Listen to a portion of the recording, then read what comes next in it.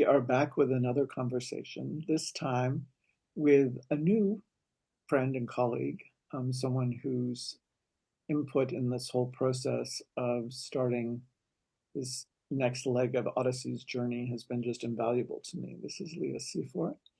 Leah is originally from South Africa, and now, by some very strange stroke of, um, of coincidence and synchronicity, as Jill would have said, you are in Massachusetts, where I grew up. Yeah, I know. I Life know. will surprise you if We you let it, right? we swap positions. We sure did. And I find that just really funny. So I want to talk about that today. But before we dive into that, I would love for you to tell us. I could introduce you in a number of ways, but how do you introduce yourself to people? How do you tell people who you That is an incredibly complex question for where I find myself in my life at the moment. I think for most of my career, most of the people watching this would probably know me as the life and relationship coach. That was what my big field was when I was in South Africa, doing communication and relationship coaching. And I loved the work. I had a private practice. I was seeing clients. I do a lot of work in the media. I wrote my book. It was a very full career. It was a very full path for me. And and then I emigrated with my family to America, and in almost one kind of swoop, it all ended. And this is a conversation for another day because it's so long and complex to go into. But I reached a position and a point of walking away from that field and from that role, and for a lot of reasons that I have spoken about on my media pages. But it's been over a year since I closed that door. And what I mostly say to people is I'm a writer. This is where I find myself now in my life, and still always exploring, the themes of what it means to be a human being, just in a different way. So my interest and my focus and my passion in that field has never died. It's just the mechanism through which I'm bringing it to the world is definitely changing. So how I introduce myself now is, hi, I'm Leah, because I've been through a really big journey of what do we align ourselves with in terms of a job title and in terms of a name and in terms of that framework, and why is that stuff so important?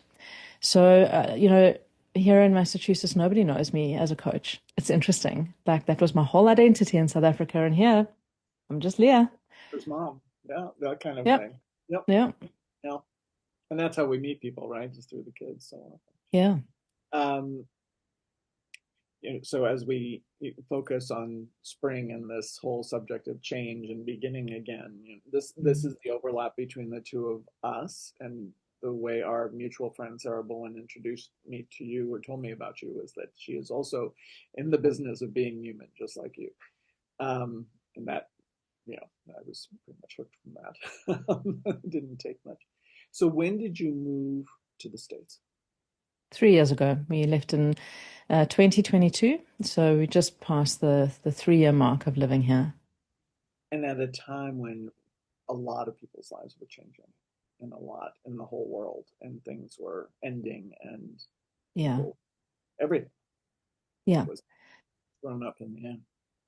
And I think so much of our personal stuff we go through is highly related to global shifts and, government shifts and economic shifts. And we can't separate ourselves from that stuff. It's very much our lived reality. We live in it and breathe it every day.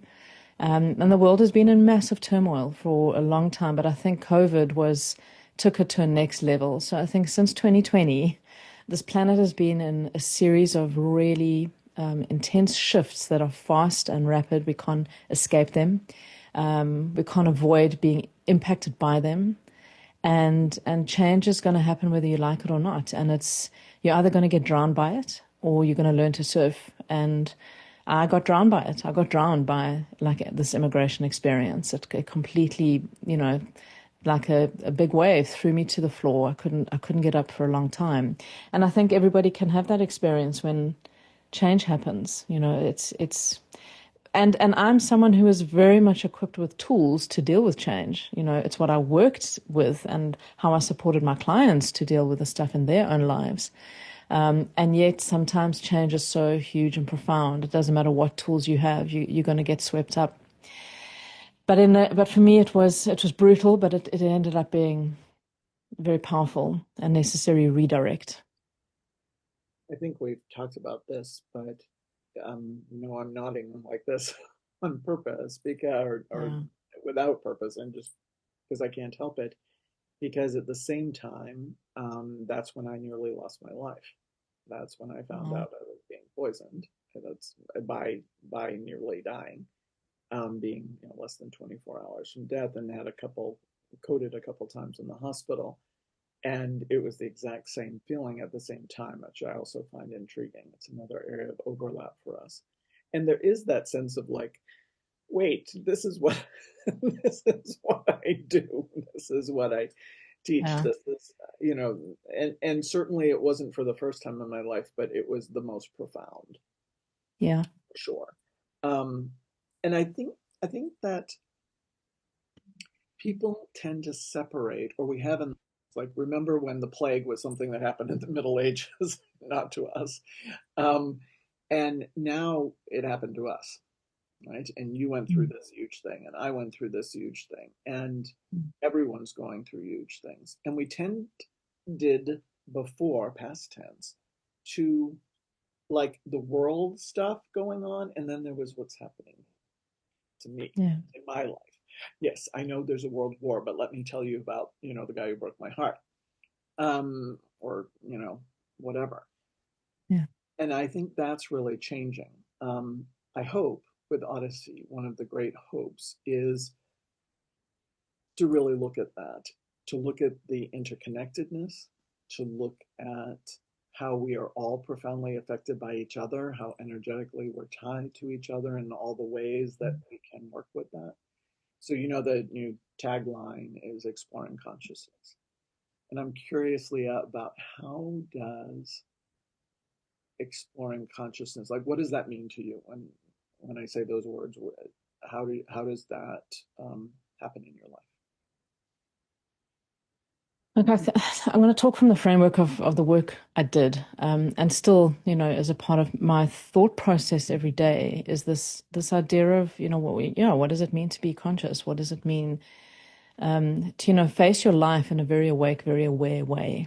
And human beings are very reactive beings, right? Like we are just walking through the world, getting triggered and being reactive to everyone and everything we experience. And it's like we've lost the ability or filter maybe to be able to perceive a person's communication to us or an event happening to us without the immediate, like somebody throwing a hot potato in your lap, you just pick it up and throw it right back at them.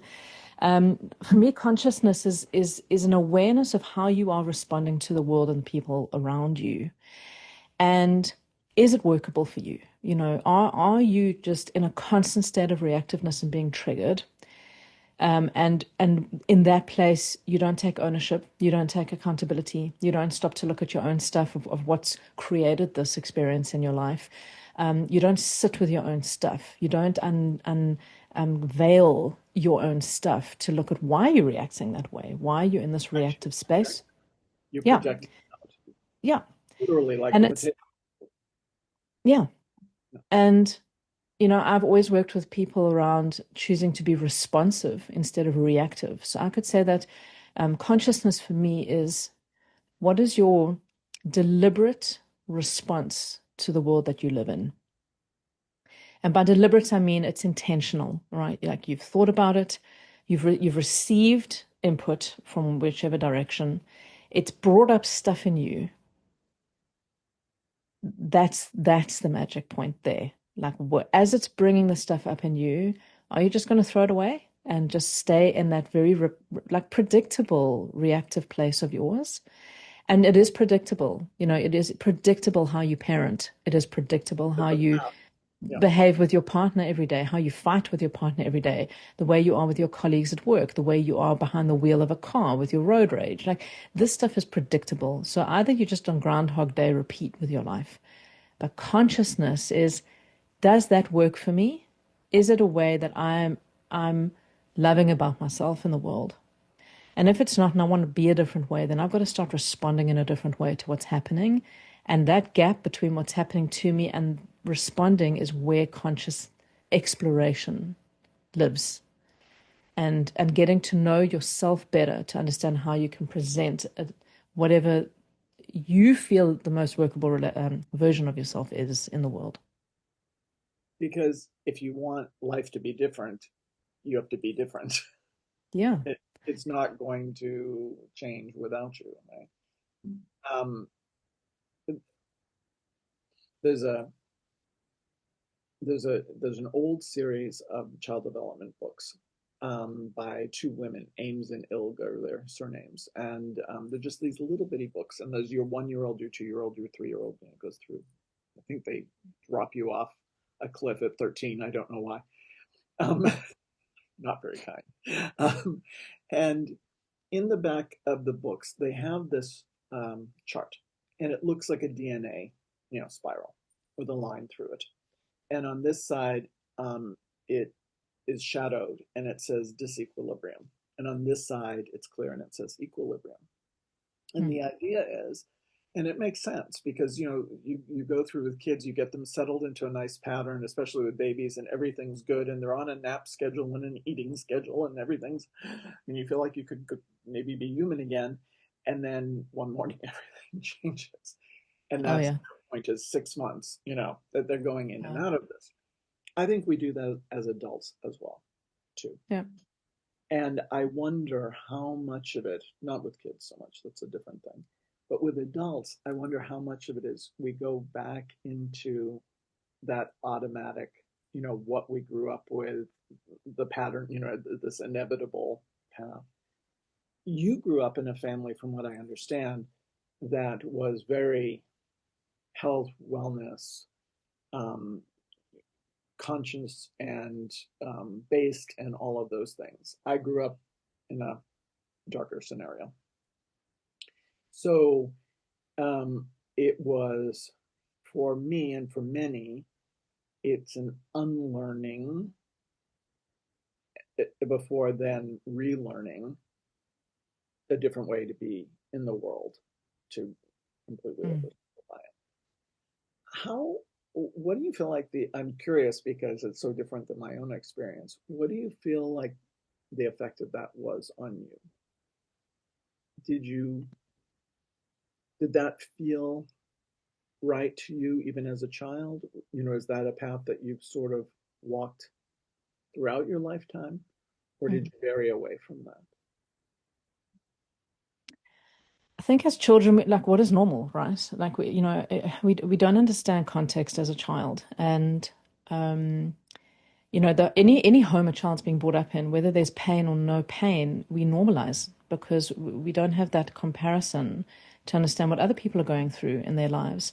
And I think it's only when we really start going to other kids' houses for play dates and for sleepovers that we start observing other families and their environment to see how different it is in other people. But, kids don't talk about this stuff at school. Like it takes quite a long time through childhood to question what is a normal family. And to this day, I don't know what that means. I don't know what a normal family environment means. But Normal I get is what you're saying about, you know, normal.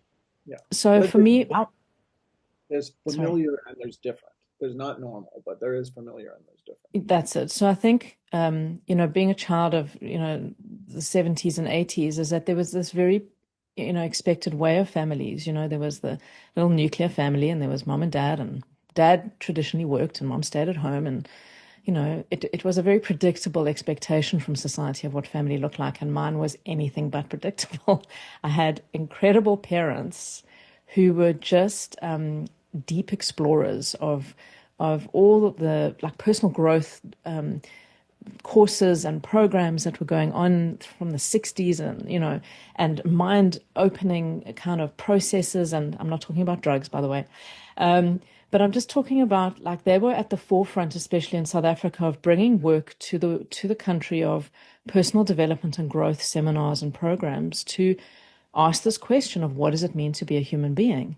But growing up in a home like that, like every single day was very real communication. It was all of us sitting at a dinner table every single night, not just eating, but really going around the circle of always checking in with every member and what's going on with you. And let's all give perspective to that. And let's look at how it can be another way. And it was incredibly kind of empowering growing up in a home with parents who never really treated us like children. So it was hard because, yes, we were physically, mentally children, but they never held us in a place of, we'll tell you when you're older, or you're not ready to know that stuff. And it wasn't that we were given information we weren't ready to process. There was always an appropriateness of that work. But it was also trusting that we were always bigger than society wanted to hold us as.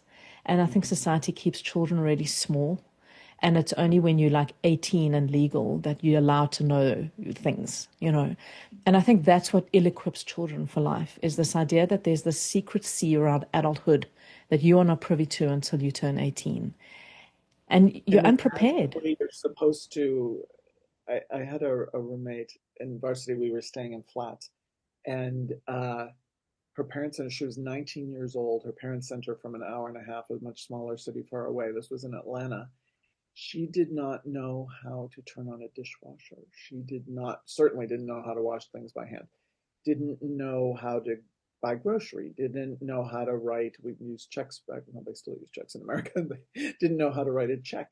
Didn't like we literally, because there's just I've never understood this kind of belief that when you turn 18, boom, you know, you're gonna you're gonna magically know.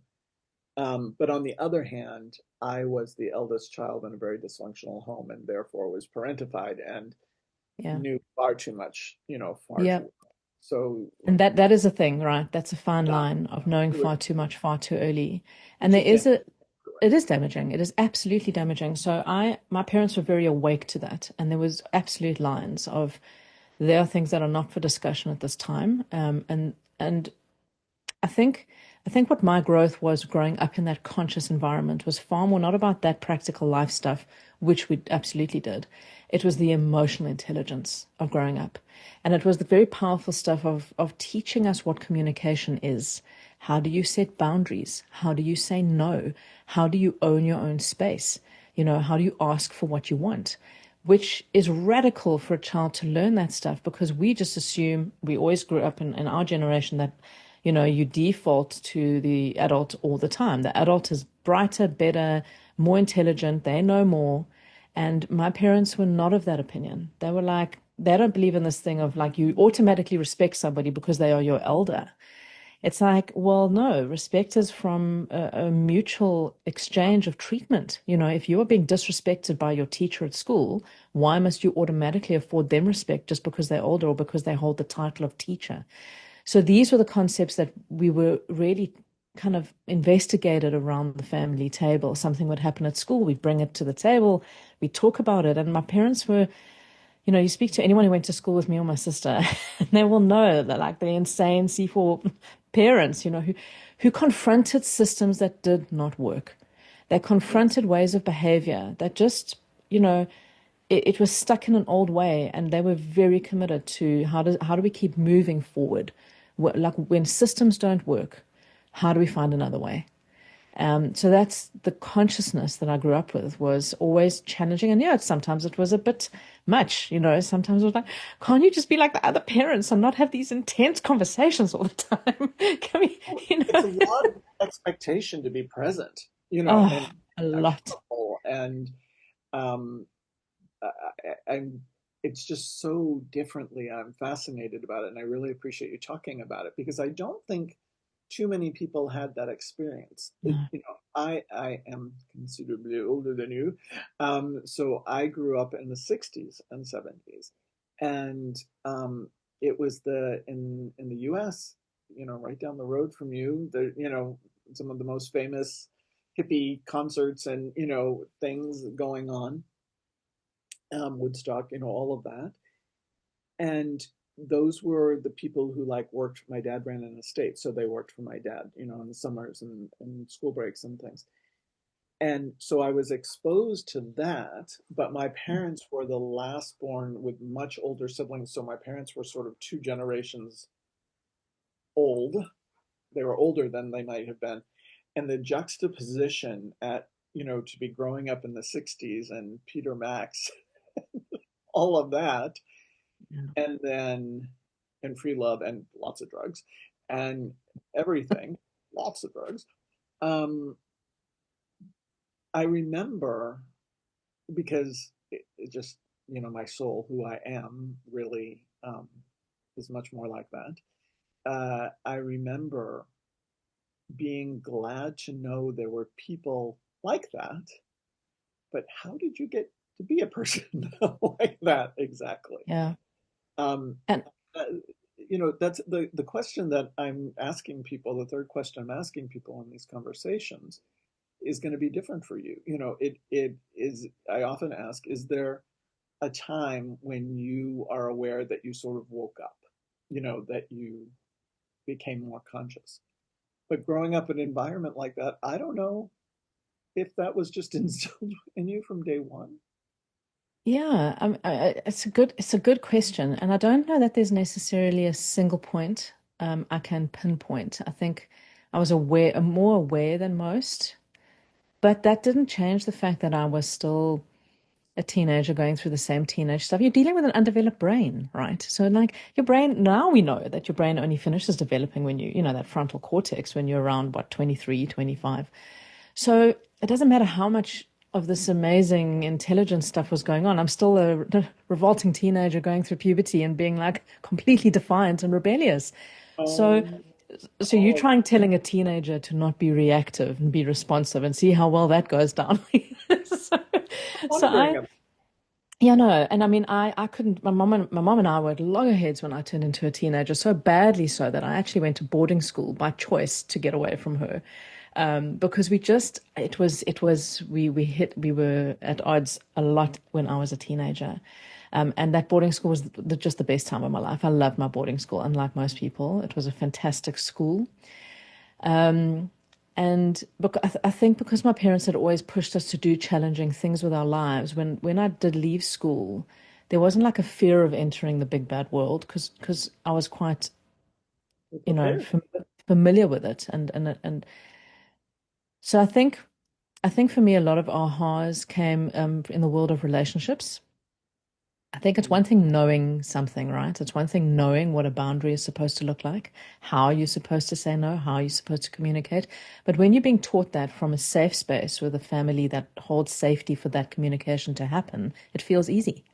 But suddenly you're entering relationships that they're bringing their own stuff, they're bringing their patterning. And your practice ground for learning what communication is has been with a whole bunch of very conscious people. And suddenly I'm in relationship with people that don't have that. And what my tools kind of didn't work as well as I thought they would have. And that was, I think every single person can relate to this. Going into the world of relationship, you don't know what you're doing when you're 18 years old. You don't know how to be in relationship. It's new, and boundaries are crossed, and communication is hard, and expectations aren't met. And that's a first point, I think, for a lot of people. When you start entering your adult relationships, there has to be growth there, or nothing, or you're going to be single. Like you you Well, you and have to. it's to be flexible and, Yeah, to and maybe be my way is not the right way. to allow for differences, to allow. Exactly. My whole So thing. Good. so I think for me, moments of consciousness happened through relationships and definitely becoming a mother. Yeah. Like Kids birthing teach, my right? child and stepping into that role, like Yeah. no mother on earth is prepared ever. I've never met a woman who felt that they were equipped in any way, shape, or form to become a And mother. even if you've had one child, you're still not equipped for the next one or the next one, Yeah, or you're step not, no. parent, which is, something I've had a lot of Yeah. experience with. Yeah. We So don't I think moments of consciousness come in specific life events. I think an event happens to you. uh, you're not prepared for it. You've got to figure out how to get prepared for it. So I think it's like kids leaving school and going to university. That's a shift of consciousness, right? It's going to your first job. It's having your first proper long-term relationship. It's becoming a parent. It is starting your own business or facing a death is a huge one for everybody. I lost my mother, in 2018, and it was like the end of my world as I knew it. And that was another step of consciousness in another way that I hadn't prepared myself for. I've lost friends, I've lost people in my life, but the loss of a parent is another one. So I can speak of many ahas throughout my life and many moments where I feel consciousness, but I don't know. I think there's obviously a gate for a lot of people that opens, or a door that opens, and suddenly they experience the world in a way that they can never go back. But I don't think that's the only one in people's lives. Some of them are bigger than others. I think Yeah, it back to kind of that chart I was talking about. Life is also like that. You get yeah, through one death, and then it comes around in a different form. For me, obviously, moving to South Africa was huge, yeah. because I went from Washington, D.C., first class international travel, you know, having dinner with Supreme Court justices and four-star generals and all of that, and then moved to um, very rural Lubumbo Mountains, Zululand, um, Wow. and in the middle of a 4-year drought, which I'd never experienced. So I had to do things like, in the practical sense, it was like learning what a real water shortage is, and that you Oh bath yeah. bucket and or basin and all of that kind of thing. But as well, look at my surnames, that I most of my family and my two partners here have both been Zulu, and so um, an entirely different, as different as your childhood home was, from maybe mine. It was not just moving to South Africa. I didn't move to Cape Town, where there might have been some similarities. I was, long drop toilets, doing home visits for HIV and AIDS patients, um, learning that while, eye contact was always a sign of respect, that actually keeping your Yeah. eyes down was a sign of respect. Navigating the intricacies of a romantic relationship, with Yeah. very different expectations, polygamy, you know, all of those kinds of things. And I did it to myself. It wasn't like life. It wasn't like life did it to me. You chose it. I chose it. I came here for a month. I went back, and I came here for a month, and I stayed on purpose. People say on purpose, on purpose. Yeah. Yeah. Um, you love who you love, all of that. But this felt like a return on the other. That's all fun to talk about, and there were certainly a lot of adjustments, just like I'm sure you've had. And I Mm. do wish that everyone had the experience of living in a different culture, because I think Mm. it is some of the Absolutely. deepest soul work and personal development, growth work, whatever you want to call it. But the benefits of it Mm. were that I've never felt so much at home anywhere. I mean, that's why I came back. Mm. That's why I chose it. That's why I stayed. My favorite place to be is Doombe in a roundhouse, with a bunch of feathers and cowrie shells and things drumming. Um, that's something that I don't think many people often allow themselves. Mm. Well, it's unsafe, right? It's unknown. It's scary. Which, It's bottom line, is fear. Yeah, I can't even absolutely. tell you, when I came here. I don't know if you got these warnings about America, but I would say something on Facebook, and not realize it was a public post, and get all of these expats from South Africa sending me videos of nuns getting killed and people Oh, being necklaced. And yeah. um, That South Africans, unfortunately, expat South Africans are an incredibly negative crowd when it comes to South Africa, and it so doesn't work for me because it's not at all why I left. And it is the most extraordinary country with the most extraordinary people. And that's why anyone who visits there just never wants to leave. There's just a magic in South Africa you can't explain to anyone who's never been there. And my mother is British. My mother was British. She came to South Africa and never left. It's like she never wanted to go back to the UK after that. It gets under your skin. But it's yeah, it's deepest, darkest Africa, and it's terrifying. And oh my God, what's going to happen there? No, you don't have running water, and you don't have a workable toilet, and it's Well, like this idea that you're the regressing when you go to an experience like that. Well, are you, or is there just a whole part of yourself you haven't unlocked that is so committed to being so safe and so predictable and so routine in your life that anything not that is terrifying? coloring within the lines, and or Yeah. even forbidden. Like, look at the laws that are being passed in the US now about keeping people separate. There is this whole Yeah. thing about separating us when, one of the whole tenets under the founding of Odyssey and I think in both our lives is that um, we have much more in common than we do, different between Yeah. us. Um, it's but it's also a lack of educate. The fear thing keeps people from education. Mm. I'm assuming you've noticed this in the U.S. There's no education really about South Africa. It certainly wasn't. Maybe it's a little better now. And it was during Oh, apartheid when I was in high school, so there was yeah. that. But when I came here, and the people who were making these comments are educated, well-traveled people. I mean, who should really know better. But they were asking me if I had, when it became, I didn't, when I came, I did not announce I was staying. I wasn't completely sure if I was going to go back and forth or whatever. So when it became evident that I wasn't coming back, people asked me, do you have what you need? Basic human thing, right? Do you have everything you need? And I would say, what do you mean? And several of them said, like, did you bring enough toothbrushes and toothpaste?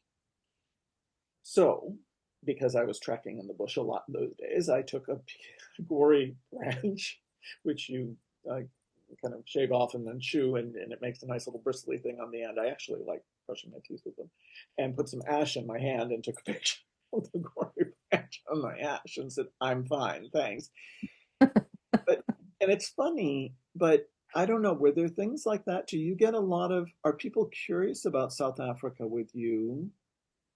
Or Very, yeah, do you get a lot very. of questions and are they silly things like that? No, look, I think it also depends where in America you are. I think if you don't know America, it's very easy to say America like as if it's a unified country with the same thought processes across every state, and it's absolutely not. I feel that it is, you You're in know, a good place for that.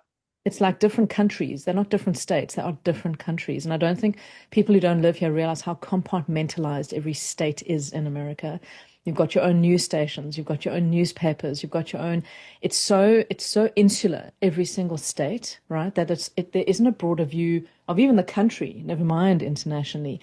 But when you come to the East Coast and the West Coast, those two coasts are very high blend of international communities, cultures, languages, and there's a lot of very huge world awareness on the East and the West Coast. So I'm on the East Coast. I'm also live in Cambridge, which is, for those who don't know, it's just outside of Boston. It's just across the Charles River from Boston, and it is the home of Harvard and MIT. So it is a very highly intellectual community that lives here, and huge amount of internationals are here because of the Very, universities. very. Huge, yeah, like great conversations, extremely educated people, very world aware people, who the discussions that we have here is much more about the politics, and it astounds me how much people know about what's going on with politics in South Africa and what does it mean, and the international policies going on. And it's been quite refreshing to for the first time in my life have not been asked by an American, oh, do you ride an elephant to school, and do you live in a mud hut, and how did you get to America? Like, well, an airplane like everybody else. So unfortunately that ignorance is still there, but not as much as it used to be. And I think every country, you've got your own stuff to deal with. You've got your own dramas happening. You've got limited bandwidth to focus on what's happening in another country very far away from you. But I think that people are very curious, and I think because we're on the world stage so much, especially with sports, I think people we're now more familiar in the world stage than we used to be during apartheid. So I think people are very curious about our politics and how we changed it around. How we became the country we've become based on the horrendous, nightmare that apartheid was, and how did it transform into what it is now. I think people are so curious about that. Especially given what's going on in some areas of the world right now. I think it now Yeah. has relevance that it did. Yes. I've been gone 10 years almost exactly. And I was in Washington D.C. So, Yeah. but it's I think that the interconnectedness is beginning to be more seen and acknowledged, and the relevance of what happens all the way across. It's sort of like your body, if you bang your toe, it can, cause a pain in the back of your head. And, what happens here does ripple there. Um, Yeah. it's, it's, but the experience of living in a totally different culture, I think is just really mind opening and Absolutely necessary. It is really rich in necessary. a Like, whole lot. yeah. I wish everyone had that. Me too. And it's I push a lot of this idea of a gap year, or your kids leaving school and going out into the world to find themselves. Because I didn't go to university when I left matric. I went to Israel. I went and worked on a kibbutz in Israel. That was just like the most mind-opening, expanding experience for myself, because it was the first time in my life I was in a location that nobody knew who I was. I wasn't viewed through a lens of family or friends who held me in a particular box or framework. I could be who I wanted to be, and it gave me a chance to explore myself. And anyone who's traveled knows this. You get to be a different version of yourself. And is it different, or is it a more authentic version of yourself? That is in a place where you don't have to present to a parent or to a teacher or to friends in a consistent way, because that's what I've also seen it, why it's so hard for people to go through huge consciousness shifts in their lives, is that the minute you behave differently, everybody else gets a bit, oh my God, what's happening with you? And are you having a nervous breakdown? And, should we get you to a doctor? And why are you suddenly speaking like this? And what's going on? And it's really hard to go through transformative journeys when the people who hold you don't allow the space for those journeys to happen, because they're worried. Of course they are. But It invokes fear. That yeah, I, in my private work outside the magazine, this is what I do with people. I help walk people through huge transformations in their life. And I've got a client. I was on a call just before we started talking, and she's going through exactly this. And it's the same story that I've heard with so many people, and actually it's happened with me. Should you Inevitably the word bipolar comes up, meaning that you're in two different existences. You're yes, going that into a version of different bipolar. existence. Yeah, not, but that word gets thrown around, It almost does. as much as narcissism. And that, really what they mean is, should you be medicated? Should you be under care? Should you be admitted? Yeah, Should you be, all of those things. And that's really their own, they've chosen, because the human soul, as I see it, is like a big amoeba-y, beautiful 3D amoeba kind of esque thing. It's sort of like if you go to an aquarium and you see jellyfish, in those tube aquariums. yeah, And charming beings that we are, the societies that we've developed in the world we've developed, we like to put people in boxes, yeah, yeah. lots of boxes, many, many boxes. And if they leak out of the box, there's something wrong. Well, because me becoming a different version of myself requires you to have to step out of your version to keep relating to me. And that's where relationships fall apart, is that one partner will go through a growth experience. The other partner chooses to not go through that experience with them. And now they are two very different people in relationship. And it's we want to box somebody because it's not just makes us feel safe, but we understand how to relate to them. We Like now know I them. know how to speak to you, how to behave with you, what triggers you, what makes you happy, what makes you sad. It gives me a sense of safety knowing what your box is because then I know how to treat you and behave with you. But if you expand out that box, suddenly I don't know anymore. I don't know how to approach you. I don't know if the same rules from our past apply anymore. I don't know if you still like the same things. And for a lot of people, instead of seeing that as an intriguing thing, like, oh, that's interesting. I want to learn. Like, where are you now? And who are you now? For a lot of people, that they don't want to go there because it requires them having to then get out of their own box. And that's what terrifies people because that's the unknown. And So, I wonder how much dis-ease and a lot of the things that, are treated medically have to do with the stagnation, with I mean, staying, the childhood stuff. yeah, I heard that you're in a box that is very much like the box I grew up in, so that I know exactly what to do with your box. yeah. And when when I left my marriage in the States, it was after 25, 26 years. It was very hard for anyone and everyone to understand. We had the American dream life in many Yeah. ways. And I lost a lot of people Oh, um, yeah. through that process, people who I had walked through huge things or who had walked through them with me. And I think that's the real fear.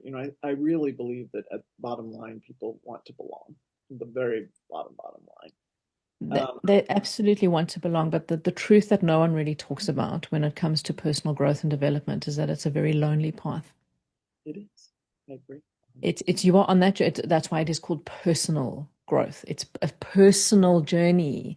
I'm not Yes. bringing everyone with me, and And you and can't. and you can't. It's not your job because that's what's in most cases keeping you stuck.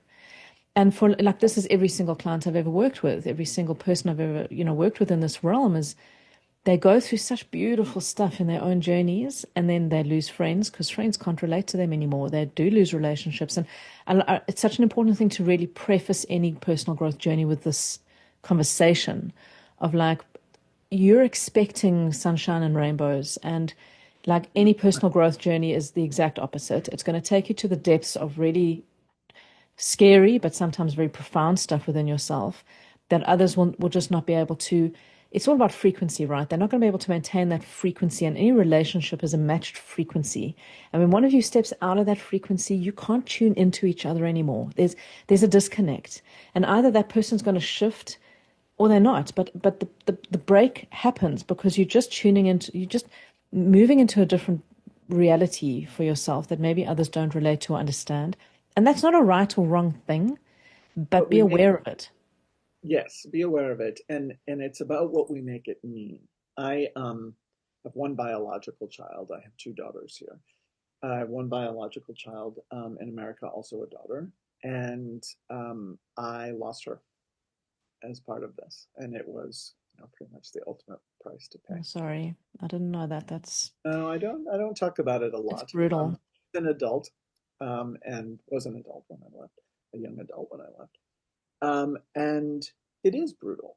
Um, And I had to really work through what I was making that mean and what I was allowing other people to make that mean. Mm.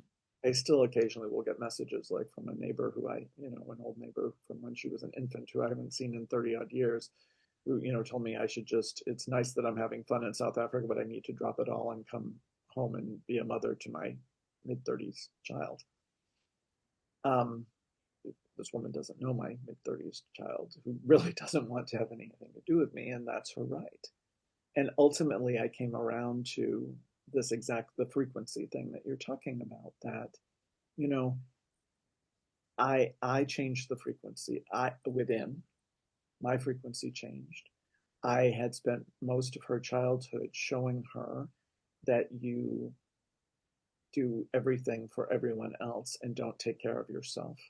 And if the last thing that I ever taught my child was that, oh, I was wrong, you do need to take care of yourself. Yeah. That's not such a bad thing. And I have to respect that that changed the frequency for her. Yeah. It's like cogs, there was a game, I forget what you call it, but it was all the cogs and the thing, and the gears, and you could move them around. And if depending on where you put the gears, some would move and some wouldn't. Yeah. I I'm really glad. I appreciate you saying that, and I think it's one of the things that I really want to talk about in the magazine and the circle of the magazine is that it's not all rainbows and unicorns. It is. I, I I can truly say I really don't have regrets. I miss my daughter, you know, Yeah. but I don't have regrets. Um, and if my story, which now I'm writing the part two too, if my story helps people see that you can go through, that was certainly one of my fear. My mother and I have, um, she's lost in dementia for a long time now, but we don't have any relationship and haven't in a long time. And I was always afraid that, you know, the same thing would happen with my daughter, and it did. Um, and so there's a price you pay for freedom, and sometimes it's bigger than you can imagine. Yeah. But if is not going through that loss worth staying in that stagnated state? Never. It Not for never me. is. It's a personal And choice. and it's, it's not to say that you're not going to find a whole new community that are vibrating at that new frequency that you've shifted to. You will. You're going to meet new people and engage in new groups that match you where you are. And that's the thing of growth journeys. And I think that, I said this to you when we first met was, what a huge role Odyssey Magazine had played for me when I was a teenager in terms of, I'm a very spiritual person. I'm very alternative with my spirituality. It's definitely not something that I speak a lot about. But those who've known me my whole life know that like spirituality is a very big part of my daily process. And in the 80s, and because of, all the restrictions of apartheid and because of the state controlling, what we could hear on radio and what we could watch on TV and, what was put out there, Odyssey was like, what? Like this amazing publication that was so,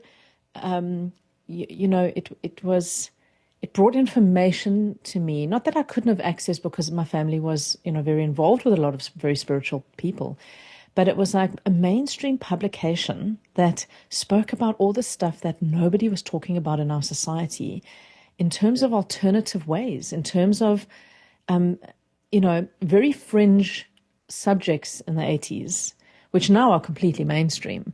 But that was fringe stuff. Like nobody was talking about things like Reiki and what is a chakra and, what is a And crystal there are eight and of what are them. these Why are things? there eight of them?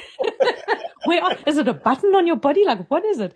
So, so I No one think ever told me we had it buttons. was, I know, I just don't think people know how, A, how old Odyssey is, but B, what generations of people that have found that maybe they couldn't talk to their own families about this stuff, but they could get the magazine and know that there were other people talking about this stuff in their own country and that they weren't the only ones going through this. And I think you've got to find the people and you've got to find the places. And a lot of people don't know how to do that. Like, where do I go to meet people and find places? And now, of course, with the internet, it's a very different reality. But back then, that was it. We had the magazine. And, It must you have know, been like an oasis in the desert for yeah, you. it was. Also, that it wasn't affiliated with your family, that it was, it meant that there were Yes. other Yeah. beings. For me, I grew up on Cape Cod, in a fairly conservative, I mean, liberal politically, but old school sort of way. But there were always those people, this photographer, Marjorie Lang, who I've talked about and I'll talk about more, different people who were like me that I would find along the way. Yeah. It's like connect the dots. I so want, when this opportunity to take the reins of Odyssey came in, it blindsided, as it was not anything I was expecting at all. Yeah. And yet it was the most remarkable series of synchronicities. And the founder, Jill, was very big on synchronicities. And shortly, she unfortunately got ill and died within a matter of days after she found out that I was going to do this. But one of the last things she said about it was, but what a lovely big synchronicity. So this is right. I want so much to continue her mission, which was originally just this, it was after the Soweto uprisings and the riots, and she was at a meeting, and they were talking, I guess, about what they wanted to see or what they wanted to do to help South Africa go forward. This was in 1977, Yeah. and she said that she was in a white woman journalist in 1977 South Africa. So just that right there. Yeah. Yeah. Who did not distinguish between she rode the trains that were meant for people who did not look like her. She was very much like me in that regard too, and she and felt at home that way. She said she wanted to start a publication that would remind people, of all that we have in common versus all the differences. That we have this shared human consciousness, that we are human beings. And Desmond Tutu, who many years later would tell me in the White House that it was time for me to come home to South Africa, having greeted me as an old friend, not that we've met this time, told her, why are you talking about it? Why not do it? And I really feel like, to circle back to the beginning of our call, I really feel like it's time, with all that's going on in the world, with everything that's changing, to really purely do that again, to be that oasis in the desert, to put out all these remarkable methodologies and gifts and people and places that there are in South Africa and across the world, that you and I have been lucky enough to find on our own. Yeah. And to share those. So I hope that that's what we can do. And I think it's interesting when we're talking about moments of consciousness, I think that the Soweto uprisings was South Africa's moment of consciousness. That was the spark that started everything. And such a powerful alignment that event and Odyssey exploded in the same time. And the huge transition that has happened in South Africa since then, and bringing that to Odyssey in the path and the direction you're wanting to take it in really excites me, because we've got to get back to much more real conversations about what consciousness and transformation actually are.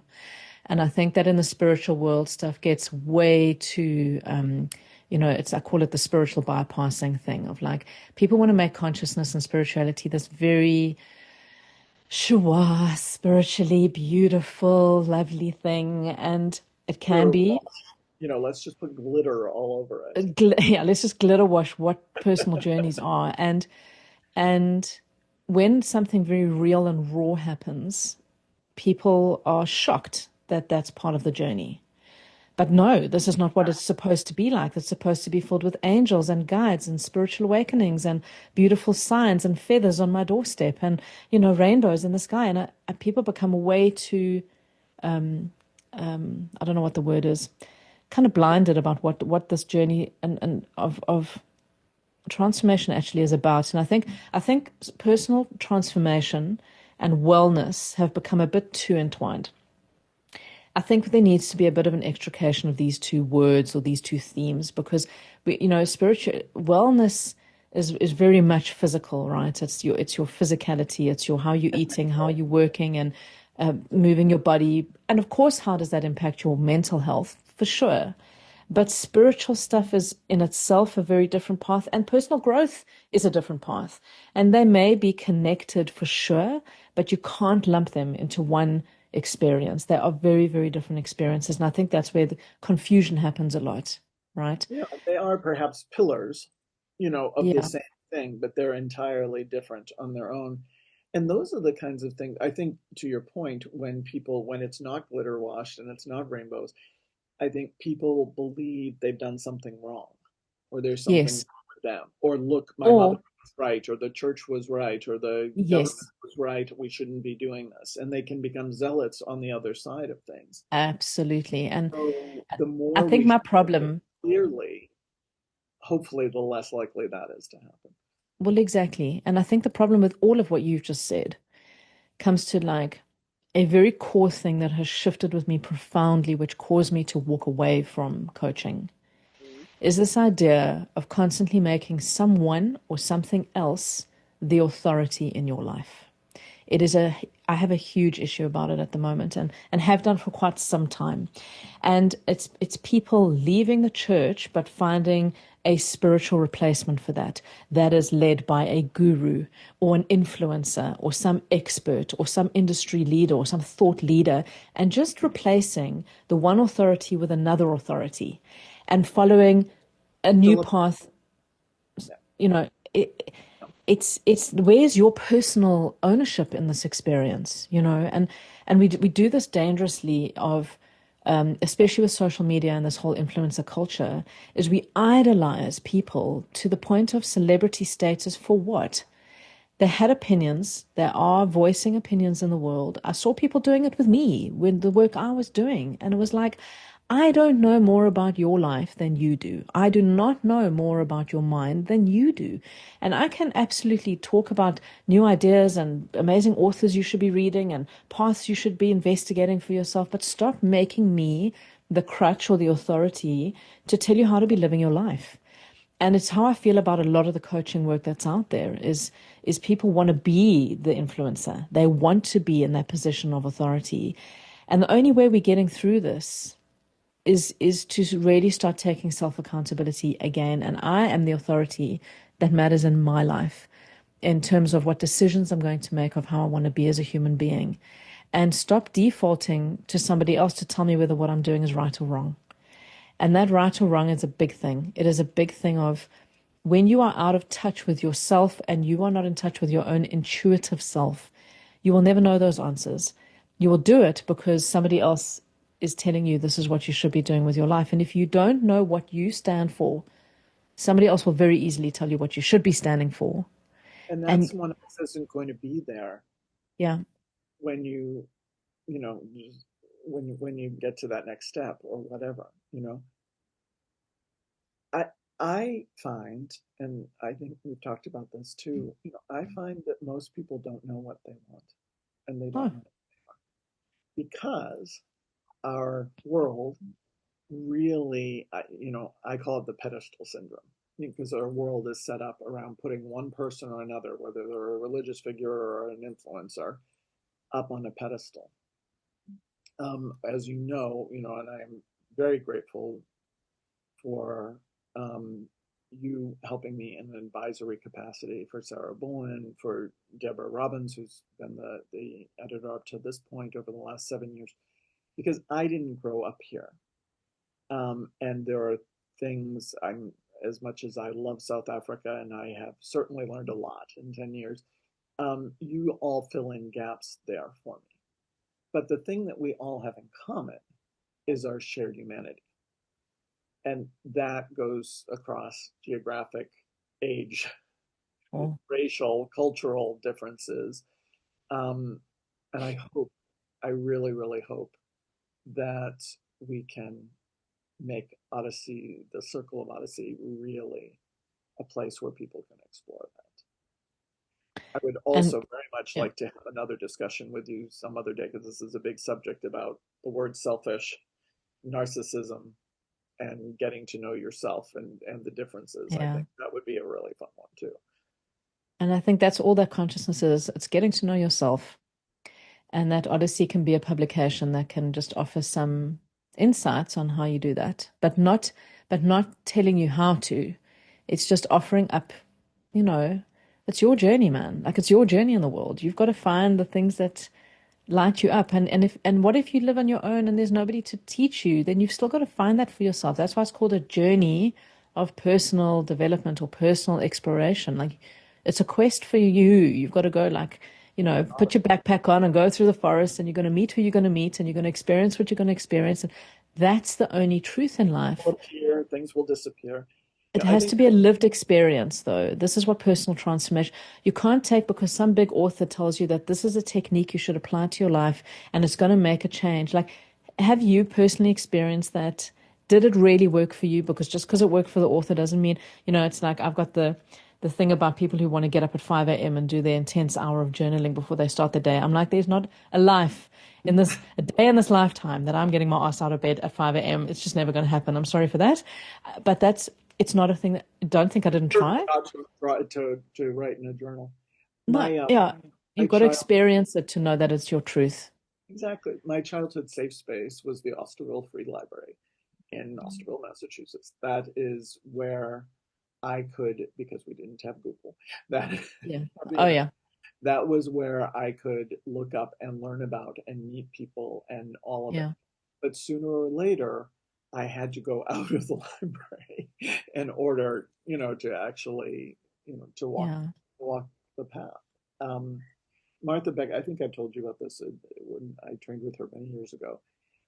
She said something that has been, I've always remembered it and shared it with innumerable clients and friends over the years, but I think it's really the basis of what I want to do with Odyssey.